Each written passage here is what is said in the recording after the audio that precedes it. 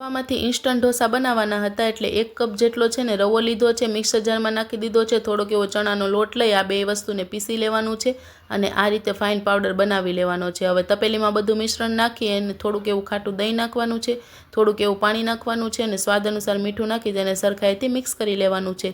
આ રીતનું બેટર બનાવી લેવાનું છે। જો જરૂરિયાત લાગે ને તો પાછું થોડુંક પાણી એડ કરવાનું છે અને 15 મિનિટ માટે બેટરને રેસ્ટ આપી દેવાનો છે।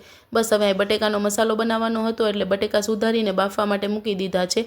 બટેકા બફાઈ ગયા ને એટલી વારમાં તો મેં ટોપરાની ચટણી બનાવીને તૈયાર કરી લીધી છે અને બટેકાને પેસી લીધા છે અને હવે બસ બટેકાનો વઘાર કરવાનો છે। તો તેલમાં થોડુંક એવી રાઈ નાખવાની છે, આદુ લસણ મરચાંની પેસ્ટ, સ્વાદ અનુસાર મીઠું, થોડીક એવી હળદર પાવડર નાખી બટેકા નાખી દેવાના છે અને બટેરને સરખાઈથી મિક્સ કરી લેવાનું છે।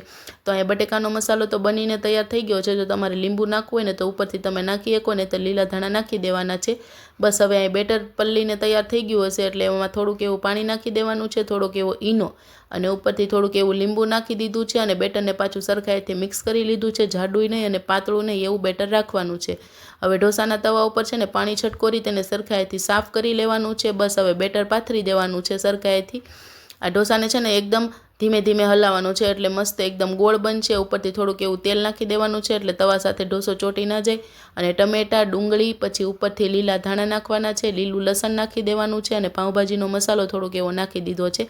અને હવે બટેકાનો જે મસાલો બનાવેલો હતો ને મસાલો નાખી ઉપરથી થોડુંક એવું તેલ નાખી અને સરખાઈથી મિક્સ કરી લેવાનું છે।